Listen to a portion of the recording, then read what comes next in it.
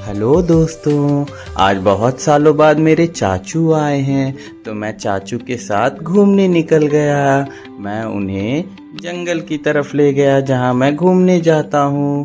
फिर मैं चाचू से बात करते करते नदी के पास पहुँच गया जहाँ चाचू ने मुझे गोद उठाकर पहाड़ के नीचे ले गए और कांटों से बचाते हुए फिसलते फिसलते हम लोग नदी के पास पहुँचे।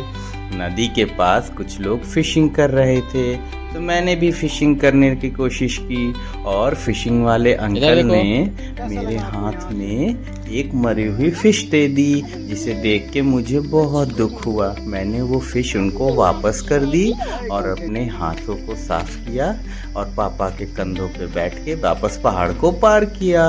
अभी मैं छोटा हूँ ना, मैं चढ़ नहीं पाता हूँ और कांटे भी बहुत हैं। उसके बाद मैं चाचू के साथ वॉक करते करते बातें करते करते वापस घर आ गया। Good bye.